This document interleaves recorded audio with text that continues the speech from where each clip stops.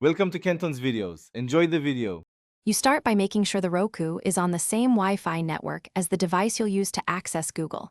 This matters because Discovery requires local networking. Once done, sign into your Google account on your phone or laptop so you can access Search, Maps, or Chrome. Make sure the Roku model supports the method you'll use, casting, screen mirroring, or an app, and open the input or channel on the TV so it's ready to receive the connection. Now you connect. On your phone or laptop, open Chrome or the Google app and look for the cast icon.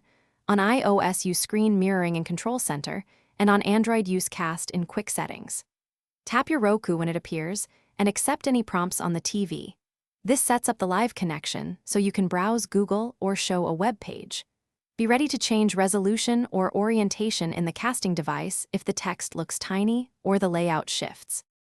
To finish, stop casting from the cast icon or disable screen mirroring on your device. This cleanly returns the Roku to normal use.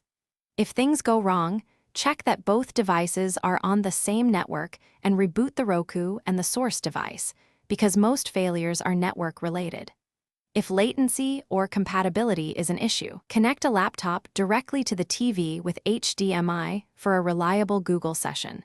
This bypasses wireless limits and gives smoother control and better text clarity. Thanks for watching. Consider subscribing if we helped you.